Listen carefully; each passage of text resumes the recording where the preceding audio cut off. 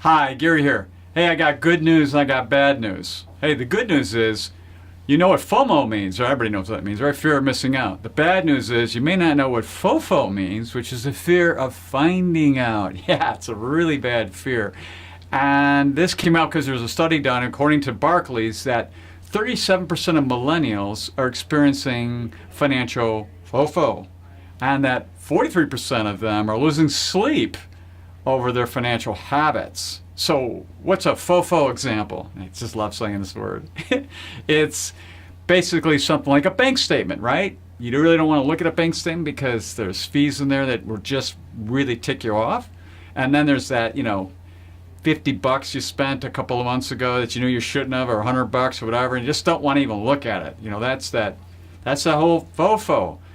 Well, I'm here to say to you that, yeah, you can keep your head in the sand, and not paying attention to it, but it does cause these problems that Barclay's talking about, and certainly would like to have less pain and misery, and probably good to know what's going on in your finances. So I'm going to make it easy for you.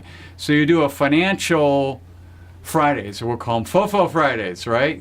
Because that's maybe where you start, because it's like, oh, ow, you're looking at things saying this is not great. But we want to get to make it Financial Fridays.